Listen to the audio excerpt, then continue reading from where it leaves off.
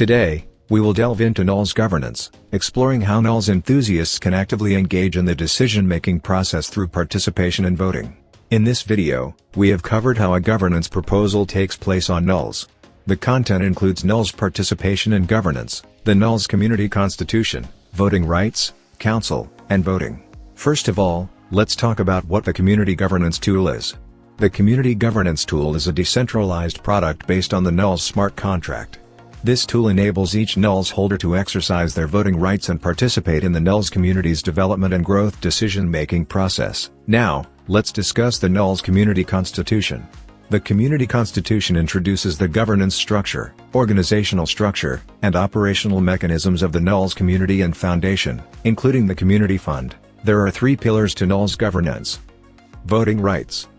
Every NULS token holder can exercise their right to vote.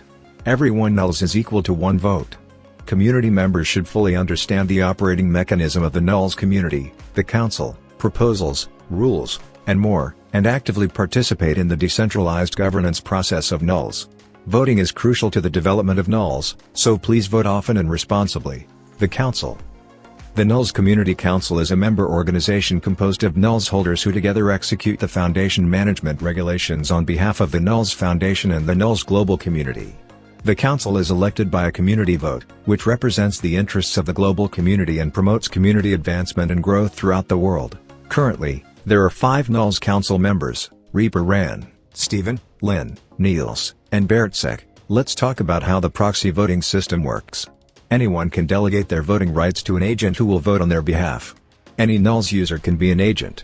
The agent can only have 1 level, there can be no second level, and each NULS user can only delegate their own voting rights.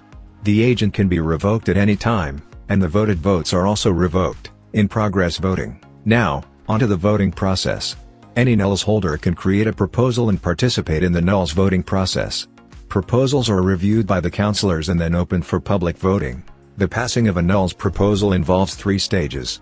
First, it is reviewed by the councilors. Then the voting starts.